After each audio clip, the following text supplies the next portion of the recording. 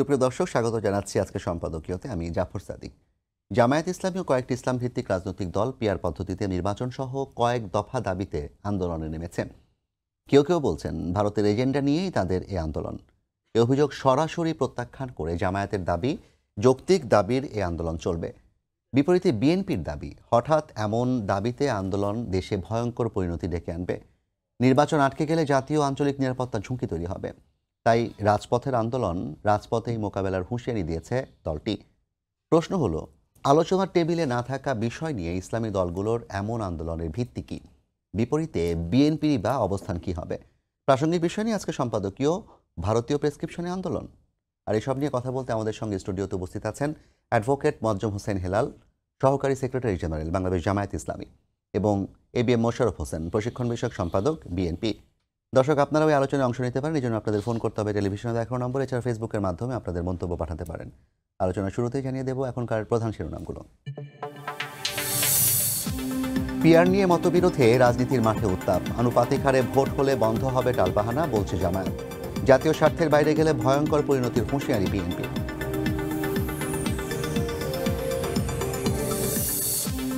শেখ হাসিনাকে ফিরিয়ে এনে বিচার করা যে কোনো সরকারের নৈতিক দায়িত্ব, ট্রাইব্যুনালে নাহিদ। আওয়ামী দুঃশাসনের বিচার হলে সতর্ক হবে ভবিষ্যতের শাসকরাও, জবানবন্দির পর মাহমুদুর। জুলাই অভ্যুত্থানের আকাঙ্ক্ষা বাস্তবায়নে সব ধর্মের মানুষকে একসঙ্গে কাজ করার তাগিদ প্রধান উপদেষ্টার। দুর্গাপূজা উপলক্ষে ঢাকেশ্বরী জাতীয় মন্দির পরিদর্শন।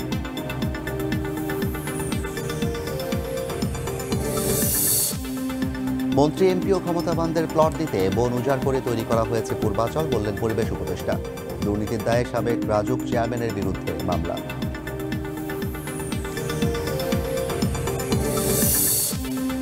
এবং দেশের প্রয়োজনেই যুক্তরাষ্ট্র থেকে এলএনজি আমদানি, হাসের প্রতিষ্ঠান বিবেচনায় নয়, বললেন অর্থ উপদেষ্টা।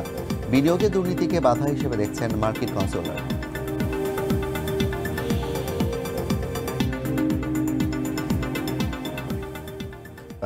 হেলাল ভাই, মোশাররফ ভাই, আপনাদের স্বাগত জানাচ্ছি আজকের আলোচনায়। আজকে হেলাল ভাইকে দিয়েই আলোচনা শুরু করতে চাই, যেহেতু আলোচনার বিষয়টি অনেকটা আপনার দলকে কেন্দ্র করে। আমরা গত কয়েকদিন ধরেই, মানে মাসখানেক ধরেই বলা যায় যে নিম্নকক্ষে পিআরের দাবিতে জামায়াত ইসলামী এবং ইসলামী দলগুলোর পক্ষ থেকে এক ধরনের ব্যাপক তোড়জোড় আমরা দেখেছি। তার প্রেক্ষিতে বেশ কয়েকটি ইসলামিক দল একসাথে হয়ে আন্দোলনে নেমেছেন আপনারা, এবং সেগুলো নিয়ে কাজ চলছে রাজপথে। আপনাদের এই আন্দোলনকে, এতদিন আমরা শুনতাম যে আওয়ামী লীগ ভারতের এজেন্ডা বাস্তবায়ন করে, বিএনপি ভারতের এজেন্ডা বাস্তবায়ন করতে কাজ করছে, বুদ্ধিজীবী সুশীলরা ভারতের এজেন্ডা বাস্তবায়ন করছে। এবার আপনাদের দিকে অভিযোগের তীর, আপনারা ভারতীয় এজেন্ডা বাস্তবায়নের জন্য আন্দোলনটি করছেন। একটু বলবেন, আসলে কি কারো এজেন্ডা বাস্তবায়ন আন্দোলন করছেন, নাকি কেন হঠাৎ করে নির্বাচনের আগে আপনাদের আন্দোলন? ধন্যবাদ আপনাকে এবং আপনার মাধ্যমে সময় টিভির দর্শক শ্রোতা এবং এখানের টেকনিশিয়ান এবং সংশ্লিষ্ট যারা আছে সকলকে শুভেচ্ছা জানাই। শিরোনাম করেছেন ভারতের এজেন্ডায় আন্দোলন, প্রশ্নবোধক আন্দোলন। আরও অনেক প্রশ্ন থাকে সাথে সাথে। তাহলে ভারতের এজেন্ডায় শেখ হাসিনার বিরুদ্ধে আন্দোলন ছিল? ভারতের এজেন্ডায় 14 সালে যেটা সবাই দেখছে, সেটা তখন কি শিরোনাম কি হয়েছিল এরকম যে সুজাতা সিংহ আসলেন, এরশাদ সাহেবকে রাখলেন এবং বললেন যে বাংলাদেশে যে একটা নির্বাচন হয়, সেই নির্বাচনে যদি আপনি না যান তাহলে এটা জামাত লাভবান হবে। জি। তো সেই সময় এরকম শিরোনাম হয়েছে কিনা আমি জানি না। না, এটি মূলত শিরোনাম হওয়ার একটা কারণ আছে। বিএনপির যে বিএনপিপন্থী রাজনৈতিক বিশ্লেষক ডক্টর জাহেদুর রহমান, তিনি এই মন্তব্যটি করেছেন এবং তার মন্তব্যকে কেন্দ্র করে শিরোনামটি হয়েছে। এটি মিডিয়ার দেওয়া কোনো শিরোনাম না। আচ্ছা, আরও একটা মিডিয়া আজকে রিপোর্টিং হয়েছে, ইনকিলাব পত্রিকা রিপোর্ট করেছে। আমি বললাম না নামটা, আপনি বলছেন নাকি? তো ইনকিলাব তো আরও অনেক রিপোর্টিং করছে শেখ হাসিনার এই নির্বাচন পরবর্তীতে সরকার গঠন নিয়ে। তার এটাও সোশ্যাল মিডিয়ায় আসছে, এগুলো তো আছে। জি। তো এখন আমাদের দেশে আন্দোলন পরবর্তীতে যে সমস্ত কর্মসূচিগুলো হয়েছে সেখানে আমরা শেখ হাসিনা এখান থেকে পালিয়ে গেছেন, এটা কি ভারতের এজেন্ডায় করা হয়েছিল? ভারতের প্রেসক্রিপশন ছিল যে 1400 ছাত্র জনতা নিহত হলেন, 30,000 কর্মী মারা গেল, শেখ হাসিনা পালিয়ে গেলেন, এ প্রেসক্রিপশন কার? তো এখন এই সমস্ত কথাগুলো আসলে ন্যায্য দাবিকে বিভ্রান্ত করার একটা অপকৌশল, এবং সেই অপকৌশল জনদাবির কাছে এটা আশা করি মানে সংশ্লিষ্ট সকল মহল, বিশেষভাবে এটা কোনো আন্দোলন সরকারের বিরুদ্ধে আন্দোলন না, এটা ন্যায্য দাবির পক্ষে বক্তব্য। এই দাবিটাই তো ঐক্যমতের আলোচনা টেবিলে ছিল না, সেটা হঠাৎ করে সেখান থেকে বের হয়ে কেন রাজপথে আসতে হলো? না, এটা আপনার ঠিক না। ঐক্যমত্য কমিশনে যাওয়ার আগে আমাদের দল 41 দফা নিয়ে সরকারের কাছে গেছে এবং সেখানে পিআর পদ্ধতি ছিল। ওকে। আর ওখানে আমরা সহ অন্যান্য দল যারা, তারা পিআর পদ্ধতির পক্ষে কথা বলছেন, কিন্তু সরকার যেহেতু তার 166টা যে সমস্ত আইটেম আছে সেখানে পিআর রাখে নাই, সেজন্য সেখানে সেটা আলোচনায় আনা হয় নাই। কিন্তু আমাদের দাবিগুলো আছে, এবং ঐক্যমত্য কমিশন যখন একটা সিনপসিস দিলেন এবং সেখানে তারা সম্ভবত 84টা পয়েন্টে তারা ঐক্যমত্য কমিশনের পক্ষ থেকে সিদ্ধান্ত আসলো, তখন সেখানে পিআর না থাকে আমরা আমাদের লিখিতভাবে আবার আমাদের বক্তব্য দিলাম। আমাদের কাছে যে সনদের যখন কপিটা আসলো, হ্যাঁ, তখন সেটার পক্ষে মানে আপনাদের পক্ষ থেকে ঐক্যমত্য রইটার পরে আপনারা দিয়েছেন? আবার দিয়েছি, আমরা আবার দিয়েছি, এবং দেওয়ার পরে এটা আবার আলোচনার টেবিলে আসে, এবং আলোচনার টেবিলে আসতে আসতে তো গতকালকে আলোচনা হয়েছে, আবার আগামীকালকে আসে। তো আমরা তো অব্যাহতভাবে রাখছি, আমরা শুধু আলোচনার টেবিলের না, আমরা মানে সেমিনার, সিম্পোজিয়াম, এটার যুক্তিকতা তুলে ধরে আমরা কথা বলছি, এবং সেই সমস্ত কথাবার্তা বলে আমরা এখন জনগণের কাছে আমাদের কথা তুলে ধরার জন্য আমাদের কর্মসূচি আসছে। এটা সরকারের অঙ্গীকার ছিল যে সংস্কার করবেন, এবং সেই সংস্কারের ক্ষেত্রে এখন 31টা দলের মধ্যে আপনার 26টা দল মোটামুটি একমত হয়ে গেছে। এখন ঐক্যমত্য কমিশন যে ঐক্যমত্য মানে দেশের কনস্টিটিউশন অ্যামেন্ডমেন্ট করতে হলে তো 2/3 থাকে, কিছু লোক তো বাইরে থাকতে পারে, তো এখানে তো মানে একটা বিরাট মেজরিটি নিয়ে এখানে ঐক্যমত্য হয়ে গেছে। নোট অফ ডিসেন্ট আছে, এটা বাস্তবায়ন হতে পারে, এবং আমরা এটাই বলছি যে আইনি ভিত্তি দেওয়ার জন্য এবং আইনি ভিত্তি দিয়ে নির্বাচন করার জন্য। তো এখানে ভারতীয় এজেন্ডার এই প্রশ্নটা আসে কেন? এটা আনতেছে ওই সমস্ত যারা ইতিপূর্বে ভারতীয় এজেন্ডা প্রমোট করছেন, তারাই এই সমস্ত মানে বিভ্রান্ত ছড়ানোর জন্য তারা এই সমস্ত করছে বলে মনে করার যথেষ্ট কারণ আছে, সুযোগ আছে। আমরা আমাদের দাবির সপক্ষে জনমত তৈরি, বুদ্ধিবৃত্তিক ভাবে এটাকে তুলে ধরার জন্য এবং এটার কল্যাণটা তুলে ধরার জন্য আমরা কথা। ধন্যবাদ হিলাল ভাই আপনাকে। আমি একটুখানি মোশাররফ ভাই আপনার কাছে আসতে চাই। আজকে আপনাদের দলের স্থায়ী কমিটির সদস্য সালাউদ্দিন আহমেদ তিনি বলেছেন যে এটি যে দাবিতে আন্দোলনটি হচ্ছে এটি আলোচনার টেবিলে ছিল না তার দাবি অনুযায়ী, এবং যদি এই দাবি বাস্তবায়ন করা হয় তাহলে দেশ একটা অনিশ্চয়তার মধ্যে পড়বে, একটা ঝুঁকির মুখে পড়বে, এবং রাজপথের আন্দোলন রাজপথেই মোকাবেলার কথাও তিনি বলেছেন। এ বিষয়ে আপনার দলের যে অবস্থান সেটি যদি একটু ব্যাখ্যা করতেন। ধন্যবাদ আপনাকে, ধন্যবাদ আমার সহলোক হেলাল ভাই সহ দর্শক সবাইকে আমি শুভেচ্ছা জানাচ্ছি। আপনি দেখবেন যে শেখ হাসিনার বিরুদ্ধে আমরা বাংলাদেশ জামায়াতে ইসলামী সহ দীর্ঘ 16টি বছর কিন্তু আমরা রাজপথে আন্দোলন সংগ্রাম করেছি। আমাদের লক্ষ্যটা কি ছিল? বাংলাদেশকে একটা গণতন্ত্রের দিকে রূপান্তরিত করা, এবং শেখ হাসিনা যে প্রতিষ্ঠানগুলি ডিস্ট্রয় করে দিয়েছে, যে ধ্বংস করে দিয়েছে, সেই প্রতিষ্ঠানগুলিকে মেরামত করে আগামী দিনে বাংলাদেশে একটি মানবিক সাম্য এবং ন্যায় বিচারের বাংলাদেশ প্রতিষ্ঠা করা। জি। সেই লক্ষ্যে কিন্তু 5 তারিখ পর আমরা কাজ করে যাচ্ছি। বরং আমাদের মূল লক্ষ্যটা ছিল সব দলগুলির যে দ্রুত বাংলাদেশ থেকে একটা গণতান্ত্রিক পথে উত্তরণ করা। পাশাপাশি আমরা কি বলেছিলাম যে সংস্কার, বিচার এবং দ্রুত নির্বাচন। আপনি দেখবেন পাশাপাশি কিন্তু এই 3টি জিনিস চলছে খুব হাত ধরাধরি। যদি আমরা বলি আজকে সংস্কারের জন্য ঐক্যমত কমিশনের অধিকাংশ ক্ষেত্রে এলাকায় স্বীকার করেছে যে অধিকাংশ ক্ষেত্রে ঐক্যমত হয়ে গেছে। 2-1টি ক্ষেত্রে নোট অফ ডিসেন্ট আছে। তার নোট অফ ডিসেন্ট যে কোনো জিনিস একটা গণতান্ত্রিক রীতি, আপনি যে কোনো বিষয়ে একমত হবেন এটার হওয়ার কোনো কারণ নেই। আপনাকে দ্বিমত না করলে সেখানে গণতন্ত্রের সৌন্দর্য তো হয় না। কারণ সবাই যদি একমত হয় তাহলে তো এটা শেখ হাসিনার মতো ফেসিস্ট এক না একতন্ত্র দিকে চলে যায়। কিন্তু আপনি দেখবেন সেখানে ঐক্যমত কমিশনের অনেক বিষয় একমত হয়। সেখানে কিন্তু যে কথাটি আপনিও বলেছেন আজকে যেটা, সেখানে কিন্তু জামাতের পক্ষ থেকে পিআরের কোনো পদ্ধতি ছিল না। তিনি কিছুক্ষণ আগে দাবি করেছেন আপনারা যেমন নাকি বলেন যে সংস্কার তো বিএনপি সবার আগে প্রস্তাব করেছে 31 দফা দিয়ে, জামায়াতের দাবি অনুযায়ী তারাও 41 দফা নিয়ে গিয়েছিলেন সংস্কার প্রস্তাব, প্রধান উপদেষ্টার সাথে দেখা করেছেন। তাহলে তো আপনাদের 31 দফা এবং তাদের 41 দফা দুটো যদি আমি সমান দরালে রাখি তাহলে তো তারা আসলে তাদের জায়গা থেকে 41 দফা বলেছেন। এখন আপনি বিএনপি যে রাষ্ট্র মেরামতের 31 দফা যে কর্মসূচি প্রণয়ন করেছে, আপনি দেখেন ঐক্যমত কমিশনে কি সবগুলিকে গ্রহণ করেছে, অ্যাকসেপ্ট করেছে? তাহলে তো বিএনপির কর্মসূচি বাস্তবায়ন করা হবে। অথবা জামাতের যদি আপনি 41 দফা ধরেন, 41 দফায় যদি ঐক্যমত কমিশনের সিদ্ধান্ত হয় তাহলে তো জামাতের কর্মসূচি বাস্তবায়ন, সেটা তো এটা তো সার্বজনীন প্রতিষ্ঠান, সকলের মত পথকে এক জায়গায় নিয়ে একটা চূড়ান্ত সিদ্ধান্ত পৌঁছাইতে হলো সরকারের কাজ। মানে ঐক্যমত কমিশন তো সরকারের পক্ষ থেকে এটা নেতৃত্ব দেওয়া হচ্ছে। সুতরাং এখানে আপনি দেখেন ঐক্যমত কমিশনে মোটা দাগে যে বিষয়গুলিকে সিদ্ধান্ত হয়েছে সেখানে কিন্তু পিআরকে রাখা হয় নাই।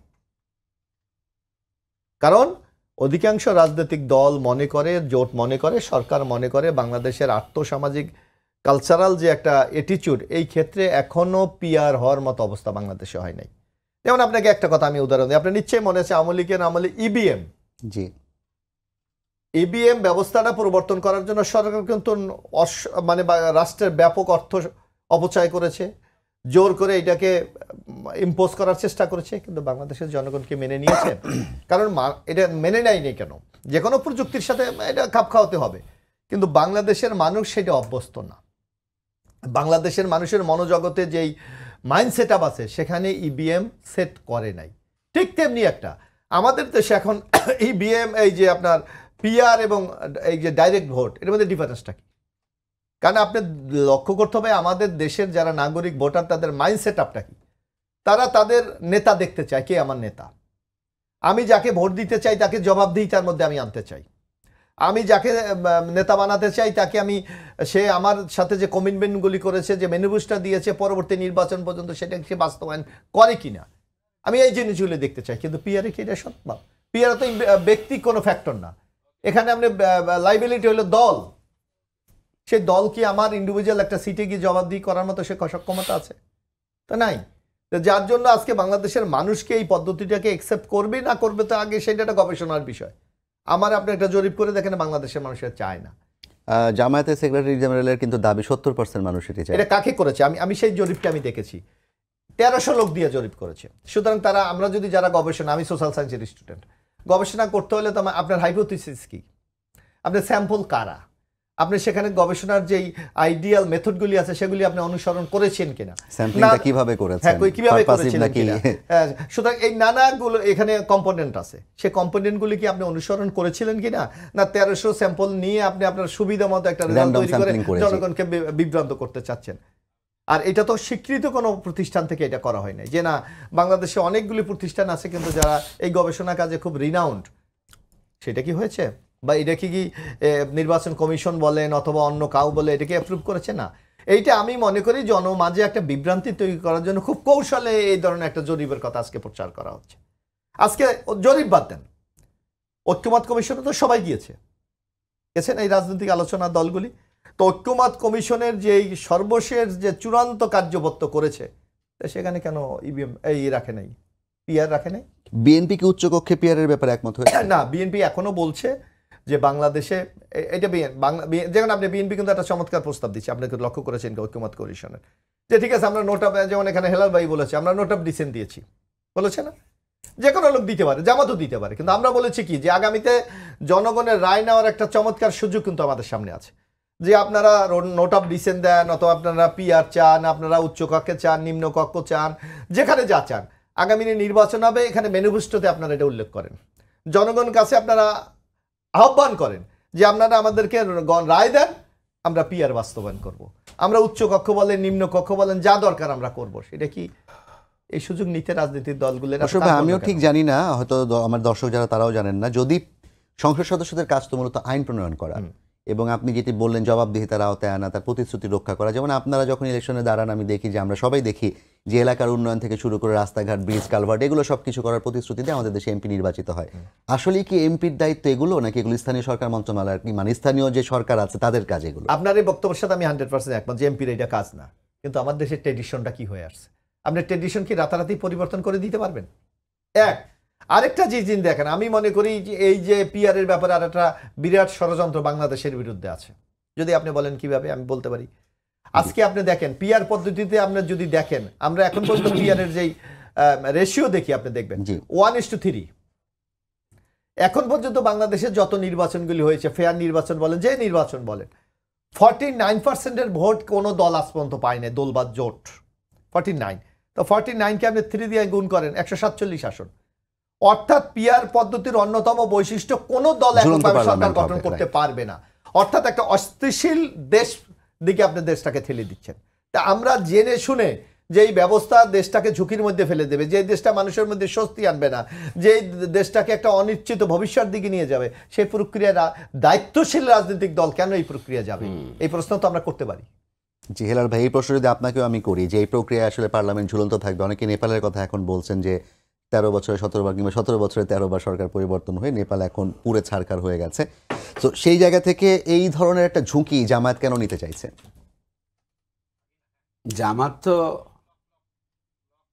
দেশের প্রয়োজনে অনেক ঝুঁকি নিছে, এবং নিয়ে জামাত ইসলামী দেশের স্বার্থে তার দলের অনেক ত্যাগ স্বীকার করেছে, অন্যরাও করেছে।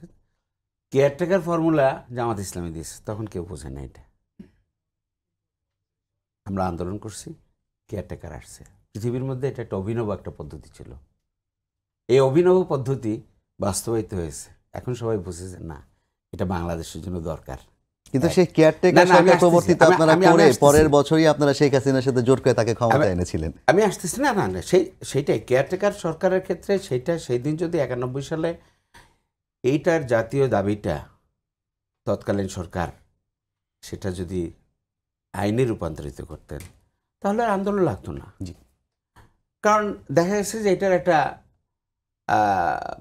অত্যন্ত ভালো সুফল 91-এ আমরা দেখেছি আর কি। আচ্ছা যাক, তারপরে 96 গেল, 2001 গেল, এবং তারপরে 2008 সাল থেকে 2024 সাল পর্যন্ত এটাকে আপনি কিভাবে বিশ্লেষণ করবেন? এখন দেখা গেল যে বিএনপি এবং আওয়ামী লীগের ভোট কাছাকাছি, কিন্তু আসনের ব্যবধান অনেক বেশি। 2008 সালে বিএনপি বোধহয় 36টা পাবে, জি, কিন্তু সেখানে পিআর যদি থাকতো তাহলে তার 62 অথবা 84টা, আমার ঠিক এখন মানে স্ট্যাটিস্টিকটা মনে আসছে না, 84টার মতো হবে আর কি, তার পেত। জামাত 26টা পেত, তাহলে একটা ভারসাম্য থাকতো। কিন্তু ফ্যাসিস্ট হয়ে আসতে পারতো না 2008 সালের পর থেকে। এবং 2001 সালেও আওয়ামী লীগ আরও কিছু বেশি সিট পেত। দেশের মধ্যে রাজনৈতিক একটি ভারসাম্য আসত। সংসদ একটি দলের মানে একটি দলের চূড়ান্ত কর্তৃত্বের দিকে নিয়ে যেতে পারতো না, ফ্যাসিস্ট হওয়ার কোনো সুযোগ থাকতো না। আমরা যেটা বলছি যে গণতন্ত্রের স্বার্থে, অর্থাৎ 30 to 40% ভোটের যারা অধিকারী তারাই দেশ শাসন করতেছে, 60% পারতেছে না, তাদেরও পার্টিসিপেশন থাকা দরকার অধিকাংশ জনগণের ক্ষেত্রে। আর দেশ এবং মানে সংসদ এবং সরকার এই দুইটাই জনগণের কাছে দায়বদ্ধ হওয়ার মতো একটা অবস্থা তৈরি হবে, সকলের পার্টিসিপেশন থাকবে। ছোট ছোট দলগুলো তারা এখন বড় বড় দলের কাছে যায়। পিয়ার পদ্ধতি যদি থাকে তাহলে সবাই নির্বাচন করবে, তার ভিতর থেকে যোগ্য লোকরা এসে যাবে। আমাদের দেশে বিভিন্ন জায়গায় দেখা যায় যে ছাত্র জীবন থেকে মানে রাজনৈতিক জীবনে অনেক অনেক কন্ট্রিবিউট করার মতো বহু লিডার আছেন। তারা যদি সামনে আসে দেশের জন্য তারা ভালো ভূমিকা রাখতে পারবে, স্থিতিশীল গভর্নমেন্ট হবে। স্থিতিশীল যে অস্থিতিশীলের কথা যেটা বলছেন উনি, সেটা নয়, কার্যত পিয়ার পদ্ধতির মধ্য দিয়ে একটা আসবে। তা এখন পিয়ার পদ্ধতি হলে আমার জন্য যা, বিএনপির জন্য মানে জামাত বিএনপি সবার জন্য তো সমান, ঝুঁকি কোথায়, ক্ষতি কোথায়? আমরা সবাই মিলে দেশ পরিচালনা করার জন্য অংশগ্রহণ করব, সংসদে থাকবো, সরকারে থাকবো। আমার যদি প্রয়োজন হয়, নেয় না, এখন জোট হচ্ছে না, বিএনপির সাথে জোট হচ্ছে না, 4 দলীয় জোট ছিল, 20 দলীয় জোট ছিল, আওয়ামী লীগের 14 দলীয় জোট ছিল তো এগুলো কেন? তা ওখানে হবে এরকম যদি প্রয়োজন হয়। কিন্তু দেখা গেছে যে 91 থেকে আপনার 2008 সাল পর্যন্ত যারা মেজরিটি সিট নিয়ে যারা গভর্নমেন্টে আসছেন তারাই গভর্নমেন্টে আসার মতো সুযোগ আছে, তথ্য বলছে, স্ট্যাটিস্টিক্স বলছে। সুতরাং আমার মনে হয় এখানে কি কারণে তাদের ভিতরে সংশয় আছে সেটা স্পষ্ট না। যে শিরোনামটা আপনি আনছেন সেই শিরোনামের ক্ষেত্রে আমি একটা বলতে চাচ্ছি যে ঐকমত্য হচ্ছে না কেন, এটার পিছনে কি তাদের কোনো কারণ আছে? প্রশ্ন তো এটাও হতে পারে। আন্দোলন নয়, আন্দোলন তো একটা যৌক্তিক দাবির পক্ষে। আমরা সরকার ফেলে দেওয়ার জন্য বলি না, আমরা বলছি যে আইনি ভিত্তি দিয়ে আপনার নির্বাচনের দিকে আসেন। আমাদের 5টা দাবি, 5টা দাবির মধ্যে একটি হচ্ছে আইনি ভিত্তি দেন, পিয়ার পদ্ধতি দেন, বিচার করেন। তো এগুলো আইনি ভিত্তি না দিলে এই সমস্ত আপনার ঐক্যমত্যের কি দাম আছে? যেখানে বাংলাদেশের কনস্টিটিউশনে আপনার একটি দল ফেলে দিল, কেয়ারটেকার গভর্নমেন্ট ফেলে দিল মানে সংখ্যাগরিষ্ঠের জোরে।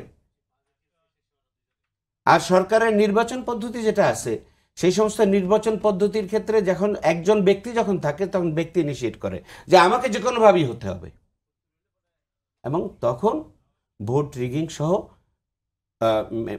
আপনার হস্তক্ষেপ করার বহু ধরনের সুযোগ তৈরি হয়। জি, এগুলা তখন বন্ধ হয়ে যাবে। ধন্যবাদ হেলাল ভাই, আপনার কাছে আসবো। মোশাররফ ভাই, হেলাল ভাই যেভাবে করে বলছেন তাতে তো আসলে পিয়ার আসলে মানে আপনাদেরও লাভ বেশি, অন্য ছোট দলগুলোর লাভ বেশি। তাহলে আপনারা ঝুঁকি দেখছেন কোথায়? মানে ওনার কথায় তো মনে হচ্ছে যে পিয়ার আসলে বাংলাদেশের জন্য এসেনশিয়াল হয়ে পড়েছে। না, আমি একটু কথা বলি। এখানে একটা কথা বলা হচ্ছে যে বাংলাদেশে দেখবেন রাজনৈতিক দলগুলির বিরুদ্ধে বিরাট অভিযোগ তোলা হয় যে মনোনয়ন বাণিজ্য করে। পিয়ার পদ্ধতিতে মনোনয়ন বাণিজ্য করার সুবর্ণ সুযোগ। কারণ এখন আপনাকে একজন প্রার্থী যখন আপনি কোনো আসনে দেবেন, যেমন হেলাল ভাইকে দিলে, দলের জনপ্রিয়তা, প্রার্থীর গ্রহণযোগ্যতা, এলাকায় প্রার্থীর কন্ট্রিবিউশন, এই ধরনের বেশ কিছু উপাদানকে আপনার বাছাইয়ের মধ্যে এনে আপনাকে কিন্তু নমিনেশন দিতে হয়। জি। আর যখন পিয়ার পদ্ধতি হবে আমার তো কোনো কিছু দরকার নাই। যদি আপনি মনে করেন জামাত 10% ভোট পেল, এক্সাম্পল 10কে 30টা সিট অত পাবে, তাইলে এই 30 জন কাকে মনোনয়ন করবে তারা? এখন যিনি দলের সেক্রেটারি জেনারেল তাকে বাদ দিয়ে কি মজলিস সদস্যকে দেবে? কখনোই দেবে না। তাইলে এখানে কি আপনার গণতান্ত্রিক প্রক্রিয়া অনুসরণ করা হলো? অথচ দেখা যেতে পারে হয়তো যিনি দলের আমার দলের যেমন স্থায়ী কমিটি মেম্বার, উনি নির্বাচনে হারতে পারে, কিন্তু দেখা যায় তৃণমূলে যে জনগণের সাথে সম্পৃক্ত আছে, এলাকা জনগণের সুখে দুঃখে থাকে, যে ওখানে সবসময় জনগণের নিয়ে কাজ করে, উনি হয়তো জেতার সম্ভাবনা আছে। তো এখানে আপনি গণতন্ত্রের কথা বলবেন, আপনি জনগণের অংশগ্রহণের কথা বলবেন, জনপ্রিয়তার কথা বলবেন, জনগণের গ্রহণযোগ্যতার কথা বলবেন। তাই পিয়ারে এই কম্পোনেন্টগুলিকে এস্টাবলিশ করার সুযোগটা কোথায়? আপনার কোথাও নাই। বরং দল বলবে যে 20টা 30টা সিট পেলাম, যারা 10 কোটি করে টাকা দেয় আমি তাকে নমিনেশন দিলাম, তাকে আমি এমপি বানিয়ে দিলাম। আপনি এই প্রমাণতা রোধ করার কোনো সুযোগ আছে? কোনো সুযোগ নাই। বরং রাজনীতিটাকে আপনি একটা করাপশনের দিকে নিয়ে যেতে চাচ্ছেন। এই জায়গা থেকে আমাদের বেরিয়ে আসতে হবে। আর হেলাল ভাই আর কিছু কথা বলেছে যে শেখ হাসিনার আমলে আপনাকে আমার দেশে নির্বাচনে কি জনগণের ভোটে নির্বাচিত হবে, আপনি সেইটা করেন নাই। আপনি করাপশন করেছেন, কনস্টিটিউশন ভায়োলেশন করেছেন। আপনার এই কনস্টিটিউশন ভায়োলেশন করার বিরুদ্ধে যদি কোনো ব্যবস্থা থাকে, আপনার এর প্রতিকারের ব্যবস্থা থাকে, তাহলে কেউ এটা সাহস পাবে না। কিন্তু আপনি সেটা কি করেছেন? আজকে এই যে দেখেন, এখন ইদানিং কিছু বক্তব্য আসছে যে কেউ যদি আগামী দিনে ভোট রিজিং করে এবং কোনো সরকারের সহায়তা করে, তাইলে অবস্থা নুরুল হুদা এবং কাজী হাবিবুল আউলের মতো হবে। যারাই দায়িত্ব আছে তাদের মধ্যে এই সিগন্যালটা তাদের মধ্যে চলে গেছে না? তো সুতরাং আপনাকে দেখতে হবে আপনি প্র্যাকটিসটা কি করেন। এখন আপনি আইনে যে আছে আপনি করবেন না। আপনার বলা আছে জনগণের ভোটে নির্বাচিত হবে, আপনি রাতে করে ফেলবেন। বলা আছে জনগণ প্রত্যক্ষ ভোটের মাধ্যমে তার নেতা নির্বাচন করবে, আপনি বিনা প্রতিনিধিত্ব হয়ে যাবেন। বলা আছে যে কম্পিটিশন নির্বাচনের মাধ্যমে আপনার প্রার্থী বিজয়ী হবে, আমরা আর মামুরা মিলে করবেন। এটা কি আইনের দোষ, কনস্টিটিউশনের দোষ, না আচরণবিধির দোষ, না গণপ্রতিনিধি অধ্যাদেশের দোষ? আপনি কিন্তু অ্যাবসলিউটলি ডিপেন্ড অন প্র্যাকটিস। আপনি প্র্যাকটিসটা কি করেন এবং আইনের সেই প্রয়োগটা আপনি করেন কি না। আজকে শেখ হাসিনা এগুলো করে নাই বললেই তো আজকে তাকে পালাতে হয়েছে। আর আরেকটা কথা বললো অ্যাডভোকেট হেলাল ভাই, বললেন যে আইনি সুরক্ষা। আপনার এই জুলাই গণ আন্দোলন, জি, আইনি সুরক্ষা দেওয়ার ক্ষেত্রে তো কোনো দলের কোনো আপত্তি নেই। আপনি একটা দলের পক্ষ থেকে শুনেছেন যে এটাকে আইনি সুরক্ষা, বরং বিএনপির পক্ষ থেকে আরো আগ বাড়িয়ে বলেছে আপনারা এটাকে দরকার হলে আমরা কনস্টিটিউশনে সংযুক্ত করব, দরকার হলে অ্যামেন্ডমেন্ট করাও যদি লাগে আমরা সেটাও করে দেবো, যা দরকার আমরা করে দেবো। তো এর চেয়ে একটি রাজনৈতিক দল প্রকাশ্যে আর কি বলবে? আর যেটা হলো জুলাই ঘোষণা হলো আগামী দিনে আপনি বাংলাদেশটাকে কিভাবে দেখতে চান? সেটা তো অলরেডি হয়ে গেছে। না, এখনো হয় নাই। সেটা নিয়ে তো সংকটটা তৈরি হচ্ছে। না, ঘোষণাপত্র তো পাঠ হয়ে গেছে, আপনারা সাইন না, করেছেন? ঘোষণা তো হয়ে গেছে। ঘোষণা মানে এটা আইনি সুরক্ষাই তো। সনদ তো হয়নি। হ্যাঁ, সনদটা হয়নি। তো সনদটা তো কি এখন হেলাল ভাই জামাত ইসলামী পিআর চায়, আমি পিআর নাও চাইতে পারি, এবং এই যে ডিফারেন্স অফ ওপিনিয়ন, এটাই তো ডেমোক্রেসি। এখন আমরা যদি সবকিছু একমত হয়ে যাই, তাহলে গণতন্ত্রের দরকারটা কি? আমাকে একটুখানি মোশাররফ ভাই বলবেন যে এই আন্দোলন কিংবা পিআর চাওয়ার সাথে আপনারা, কিংবা আমি দেখলাম যে গণ অধিকার পরিষদের সাধারণ সম্পাদক রাশেদ, সেও হচ্ছে ১-১১ ঝুঁকি দেখছে, গতকালকেই বলেছে। আপনার দলের নেতা, প্রধান নেতা যারা আছেন তারাও বলছেন যে অনিশ্চয়তার মুখে দেশ চলে যাচ্ছে, অরাজক পরিস্থিতি তৈরি হবে। এই আশঙ্কাগুলো কেন করছেন? এই আশঙ্কাটা করলো যে এখনো বাংলাদেশের বিরুদ্ধে একটা ষড়যন্ত্র আছে এবং ভৌগোলিক একটা রাজনীতি আছে, এটাকে অস্বীকার করার কোনো সুযোগ নেই। আপনি দেখেন যার খপ্পরে কিন্তু বাংলাদেশ বারবার পড়ে। আজকে বাংলাদেশের যে ঐক্যটা আছে, রাজনৈতিক ঐক্য, সামাজিক ঐক্য, এই ঐক্যটা যদি আপনার বিনষ্ট হয়, তাহলে এই অশুভ শক্তিগুলি যে কোনো সুযোগ নিতে পারে। এখন পর্যন্ত আপনি দেখেন পার্শ্ববর্তী একটি দেশ যারা এখনো বাংলাদেশের এই পরিবর্তনকে কোনোভাবে গ্রহণ করতে পারছে না, তারা কখনো বলে এখানে মৌলবাদী শক্তির উত্থান করছে, কখনো বলে এখানে সংখ্যালঘুদের উপর নির্যাতন করা হচ্ছে, কখনো বলে এখানে একটা নির্দিষ্ট ধর্মীয় উন্মাদনা তৈরি হচ্ছে। এই সকলগুলিকে যদি আপনি আমলে না নিয়ে আগামী দিনে সিদ্ধান্ত গ্রহণের ক্ষেত্রে আপনি যান, তাহলে বাংলাদেশটা অবশ্যই ঝুঁকির মধ্যে। আজকে সেই কথাটি বিএনপির পক্ষ থেকে বলছে, গণ অধিকার পরিষদের পক্ষ থেকেও বলছে, বাংলাদেশে অনেক বিশিষ্টজনরা বলছে। আরেকটু কথা আমি বলি, এখানে হেলাল ভাইরা তো নিশ্চয়ই ভবিষ্যৎ আমরা দেখতে চাই, ভীষণটা তো আমরা দেখতে চাই। আজকে কোনো কারণে আপনি মনে করেন আওয়ামী লীগ তো ইলেকশন করতে পারবে না, কারণ তারা তো স্থগিত। যদি তারা খুব কৌশলে যদি স্বতন্ত্র ইলেকশন করে, বাংলাদেশে তাদের 20-25% ভোট তো এখনো আছে না? এটাকে অস্বীকার করবে। 25% ভোট পেলে পরে 75টা আসন পাবে তারা। তখন কোথায় যাবে জামাত ইসলামের এই যে পিআর পদ্ধতি? সেইটা কি একবার তারা ভাবে? জি, ধন্যবাদ মোশাররফ ভাই। আমি একটু আপনাকে আরেকটা জায়গা থেকে প্রশ্ন করে আপনার কথাগুলো আপনি বলবেন। এই যে ভারতীয় এজেন্ডা নিয়ে আপনি আমাকেও প্রশ্ন করলেন এবং আপনাদের মধ্যে এক ধরনের ক্ষোভ আছে, এটা নিয়ে আপনাদের জুবায়ের সাহেব তিনিও বিবৃতি দিয়েছেন। অনেকেই বলছেন যে ভারত এই দেশে, যেটা শেখ হাসিনা পালিয়ে যাওয়ার পরপর ধর্মীয় উন্মাদনা কিংবা ধর্মীয় মৌলবাদ, চরমপন্থার উত্থান হচ্ছে, দক্ষিণপন্থার উত্থান হচ্ছে, এটা ব্যাপকভাবে তারা প্রচার করেছে। এবং জামায়াত ইসলামী সহ অন্যান্য যে ইসলামিক দলগুলো একজোট হয়ে আন্দোলনটা করছে, এখানে যেহেতু একটা নির্দিষ্ট ধর্মকেন্দ্রিক দলগুলো একসাথে হয়েছে, সো এটিকে যখন নাকি ভারত এভাবে দেখানোর চেষ্টা করে কি না যে আসলেই এই দেশে আমরা যেটা সন্দেহ করেছিলাম, শেখ হাসিনা যেটা সন্দেহ করেছিল, সেটিই হতে যাচ্ছে। না, ভারত তো বাংলাদেশকে নিয়ে সবসময় তার পলিটিক্সে চালায় যাচ্ছে। কিছুদিন আগে, এই মনে হয় 2 সপ্তাহ আগে দিল্লিতে একটা প্রোগ্রাম হয়েছে, আপনারা জানেন। সেখানে কারা কারা বক্তব্য রাখছে, কি বক্তব্য রাখছে? বাংলাদেশের মানুষ বাংলাদেশ নিয়ে রাজনীতি করবে, বাংলাদেশের স্বার্থে কথা বলবে, আমি তো বাংলাদেশের নাগরিক, আমরা বাংলাদেশের নাগরিক। বাংলাদেশের 31টা দল এখানে আলোচনা করছে, সেখানে ভারতের উদ্বেগের কি ব্যাপার আছে? 14 সালে যখন নির্বাচন আমরা করতে চাইছিলাম, তখন সুজাতা সিংহ আসলেন কেন? তিনি এসে তাকে বললেন যে না, বাংলাদেশে আওয়ামী লীগ নির্বাচন করবে। এত 8 সালে, তারপরে 14 সালে, 18 এবং 24-এ প্রত্যেকটা নির্বাচনের ব্যাপারে ভারতের কি বক্তব্য ছিল? গণতান্ত্রিক ধারা চালিয়ে যেতে হবে, গণতান্ত্রিক ধারা চালিয়ে অব্যাহত রাখতে হবে। আর এখন যে গণতন্ত্রের দিকে আমরা আগাচ্ছি, এখন তারা মৌলবাদের উত্থান দেখেন। এখন দিল্লিতে বসে সমাবেশ করেন, দিল্লিতে বসে যারা বাংলাদেশে বসে রাজনীতি করতে পারে না, তারা দিল্লিতে এখন বক্তব্য রাখছেন।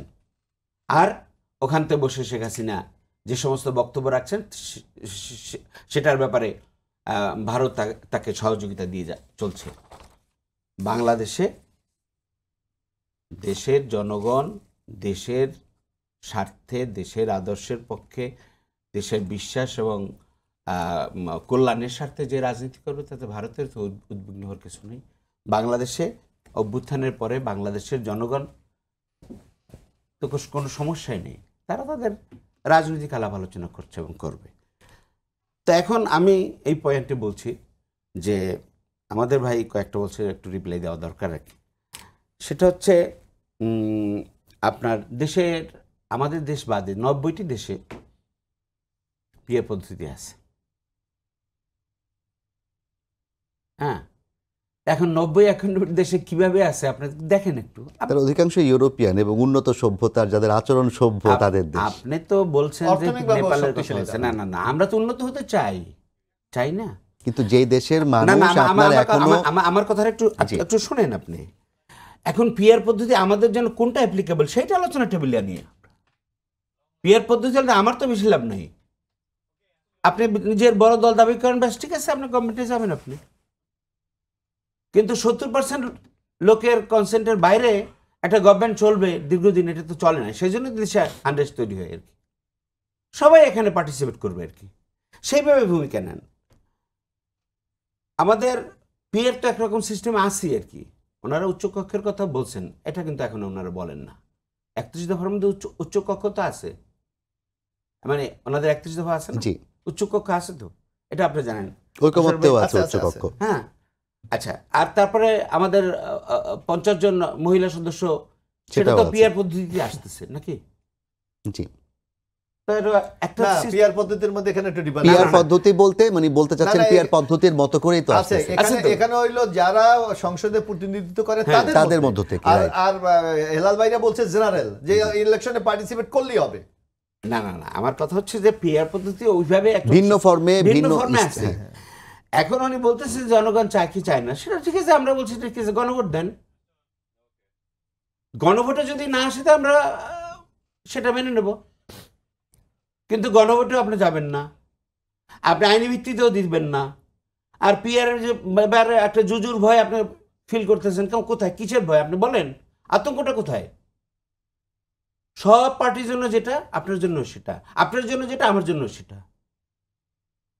মেজরিটি একটা পার্টির পক্ষে যখন ভোট দেওয়া হবে, তখন ওখানে কোনো এলাকায় তো কোনো গডফাদার সৃষ্টি হবে না, যে না ঠিক আছে আমার ভোট আমাকে আদায় করেই এখানে এমপি হতে হবে, এই অবস্থাটা থাকবে। সেই দল থেকে যদি সেন্ট্রালি নিয়ন্ত্রণ করা হয় তখন আরো বেশি কঠিন হবে না বিষয়? না না, সেন্ট্রালি এরকম স্থানীয়ভাবে সমস্যা তৈরি হবে না আর কি, এটা আপনি আশা করতে পারেন।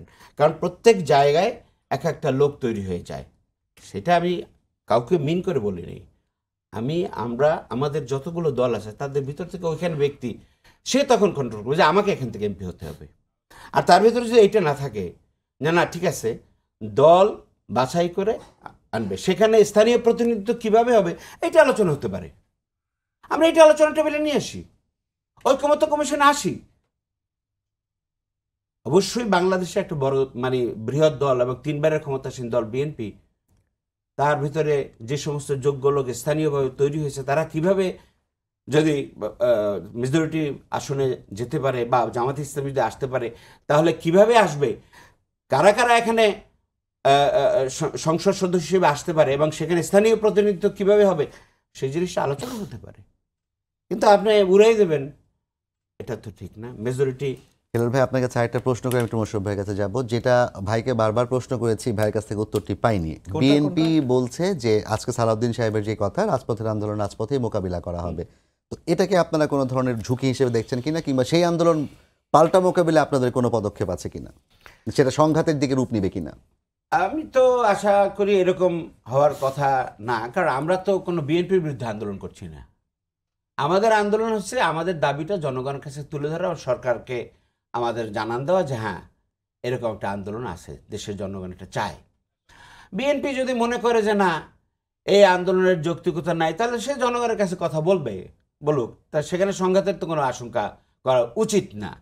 হ্যাঁ, কেউ যদি এরকম চিন্তা করে তাহলে অবশ্যই সেটা তার দলের জন্য, দেশের জন্য, মানুষের জন্য ক্ষতিকর হবে, এবং এটা দেশের জনগণ বিচার করবে। গত এক বছরে 1600 প্রায় 2000-এর বেশি রাজপথ অবরোধ হয়েছে, আন্দোলন চলছেই।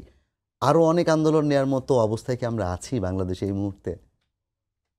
না দেখেন, এটা একটা সংস্কারের জন্য একটা, এই যে আপনার 1400 সন্তান মারা গেল বাংলাদেশের, 30,000 আহত হলো, বাংলাদেশের 15টি বৎসর একটা মানে কঠিন পরিস্থিতি বাংলাদেশের জনগণ মোকাবেলা করে, অন্ধকার যুগ। এটাকে যদি আইএমএ জাহিলিয়ার যুগ বলা হয় তাহলে সেটাই ছিল। এবং সেটা কার এজেন্ডায় হয়েছে এই দেশে? আপনি যেটা বলেছেন যে কারা এটা করেছে, কাদের স্বার্থ রক্ষা হয়েছে, বাংলাদেশের একটা নদীর উপরে দিয়ে বাঁধ নির্মাণ করে তাদের স্বার্থে সেখানে ট্রেইলারগুলো দিয়ে মালগুলো পরিবহন করা হয়েছে। এই তো সেই বাংলাদেশ। তো সেই বাংলাদেশে আগামী দিনের গণতন্ত্র যেন সংহত থাকে, গণতন্ত্র যেন মজবুত হয়, দেশের প্রতিনিধিত্বমূলক ব্যক্তিরা যেন আসতে পারে সংসদ, এবং শক্তিশালী সরকার যেন শক্তিশালী হয়, সেজন্য এই জিনিসটা। আপনাকে ধন্যবাদ। আমাদের সময় একদম শেষ দিকে। মোশাররফ ভাই, একটু যদি বলতেন যে আমি যেই প্রশ্নটা তাকে করেছি, বাংলাদেশ আন্দোলনে জর্জরিত এই সরকার আসার পর থেকে, অন্তর্বর্তী সরকার আসার পর থেকে, এখন জামায়াত সহ ইসলামী দলগুলো আন্দোলন করছে, বিএনপিও সেই আন্দোলন রাজপথে মোকাবিলা করার হুঁশিয়ারি দিচ্ছে, এতে কি আসলে আরও বেশি অস্থিতিশীল পরিবেশ তৈরি হওয়ার শঙ্কা আছে কিনা? না, এখানে অবশ্যই তো শঙ্কা তো আছে। কারণ আপনি দেখেন, আমরা ফেসি শেখ হাসিনাকে বিদায় করে একটা গণতান্ত্রিক যাত্রা আমরা শুরু করেছি। জনগণ কিন্তু স্থিতিশীল বাংলাদেশ দেখতে চায়। আমাদের নানা সংকট আমাদের আছে। আপনি যে কথাটি বলছেন, এই যে 1 বছর 2 মাসে প্রায় আমরা 2500-3000 আন্দোলন মোকাবেলা করতে হয়েছে সরকারকে। জনগণ কিন্তু এই অবস্থায় যেতে চায় না, কারণ আমাদের অর্থনৈতিক অবস্থা সংকটে আছি আমরা, আমাদের দেশের আইন শৃঙ্খলা সংকটে আমরা আছি, আমাদের বিনিয়োগ আমাদের সংকটে আছি। আগামী দিনে বাংলাদেশে স্থিতিশীল একটা বাংলাদেশ তৈরি করার জন্য রাজনৈতিক শক্তিগুলির একটা বিরাট চ্যালেঞ্জ আছে। সেই চ্যালেঞ্জটাকে মোকাবেলা করার জন্য আপনাকে স্থিতিশীল একটা বাংলাদেশ হয়। আমি একটু হেলাল ভাইয়ের একটা বক্তব্য আমি বলি। হেলাল ভাই বলছে, তার কথার মধ্যে একটা সমৃদ্ধি আছে, আপনি একটু লক্ষ্য করবেন। হেলাল ভাই বলছে এলাকায় যারা জনপ্রিয়, যারা মানুষের কাছে গ্রহণযোগ্য আছে, তারাই এমপি হবে, তারাই জনপ্রতিনিধি হবে, এই কথাতে বলছে। একটু রিপ্লাই দিতে। হ্যাঁ, জি, আপনি জাস্ট এটা কি বলেছেন? আচ্ছা, আসলে আমি বলছি যে দলের ভিতর থেকে স্থানীয় প্রতিনিধি, যদি দল তার প্রাপ্ত ভোটের মানে সেই স্থানীয় জনপ্রিয় প্রতিনিধিকেই বেছে নিবে, বেছে নেবে, ঠিক আছে, ওকে বেছে নেবে। সেটা দল এখন মানে কেন পিআরের সংকটটা কোথায়? এখন ধরেন আমাদের বাংলাদেশে ভোট কাস্ট হয় কত, 70%। একটা দল এখন পর্যন্ত যে এই পার্সেন্টেজ ভোট পায়, 50% আজ পর্যন্ত কেউ পায়নি। আমি ধরলাম জামাতে ইসলাম 50% সিট পেল, তাইলে তারা 350-150 সিট পাবে। তার ওখানে তো জনপ্রিয় 200 লোক আছে, আর 50 জনকে আপনি কেন ডাইরেক্ট ভোট হইলে তো আরো 50 জন জিতবে, তার আপনি তাকে কেন বঞ্চিত করবেন? এই রাইট আপনাকে কে দিয়েছে? তাহলে এই রাইট আপনাকে কে দিয়েছে? আমার জনগণ তো চায় মিস্টার এক্স এমপি হোক, এক্স আমার জনপ্রতিনিধি হোক, কিন্তু আপনার এই সিস্টেমে তো আমার সেই লোক নির্বাচিত হয়ে আসবে না, কারণ আপনি পার্সেন্টেজ অনুসারে যে যার জেতার কোনো সম্ভাবনা নাই তাকেও আপনাকে ভাগ দিতে হচ্ছে। 30% আসনে, আমি একটু বলি, 30% ভোট পেয়ে কোন গণতন্ত্র বলতে? 30% ভোট পেয়ে আপনি 200 সেটা আলাদা। আপনি তো আমাদের দেশে যে কালচারটা, আমাদের দেশে এটা কি বলে, ফাস্ট ট্র্যাক ভোট বলে মনে হয়, তাই না? এফপিটিপি এর, হ্যাঁ, সরাসরি আপনি যে সর্বোচ্চ পাবে সেই হবে, এবং এইটাই ওয়ার্ল্ডে স্বীকৃত ব্যবস্থা। এখানে গণতান্ত্রিক ক্ষেত্রে এইটাই স্বীকৃত ব্যবস্থা, আপনি সেখান থেকে বঞ্চিত করবেন কেন? বাংলাদেশে এই রেকর্ডও তো আছে, একটা দলের জনগণের, যেমন তারা আমরা সহজে জোট ছিলাম 2001-এ, সেই জোট মিলিয়ে 210 না 11 সিট পেয়েছে। এই সিস্টেমে তো জীবনও, পিআর সিস্টেমে তো 150 সিটের উপরে আপনি পাওয়ার কোনো সম্ভাবনাই নাই, তাহলে আপনি কেন বঞ্চিত করবেন এই জনগণ? না, সেটা আলোচনা, আপনাকে একটা যৌক্তিক দিকে আপনাকে আসতে হবে। আরেকটি কথা ভাই বলেছে যে এই যে রাজপথে আমরা কিন্তু কি কথা বলেছি, যে আজকে আপনি যদি একটা কথা সে বলেছে, ঠিক আছে, আমরা তো একটা কথা বলেছি যে আগে একটা নির্বাচন আসবে, আপনি ম্যানিফেস্টো দেন। উনি বলছে গণভোট। আপনি এখন যে কনস্টিটিউশনে বাংলাদেশ শাসন হচ্ছে, কনস্টিটিউশনে কি গণভোটের কোনো সিস্টেম আছে? নাই। তাহলে গণভোট তো আপনাকে ইন্ট্রোডিউস করতে হবে, তাহলে নেক্সট পার্লামেন্টে আপনাকে সেটা অ্যামেন্ডমেন্ট করে কনস্টিটিউশনে ইন করাইতে হবে, নাহলে তো আপনি পারবেন না। তো সুতরাং এই সংকটগুলোকে তো আপনি মাথায় রেখে আপনাকে আলোচনা করতে হবে না। আপনি চটুল বললেন যে যদি আমাকে পিআর না দাও আমি বাংলাদেশ অচল করে দেব। No, it is not a democratic movement.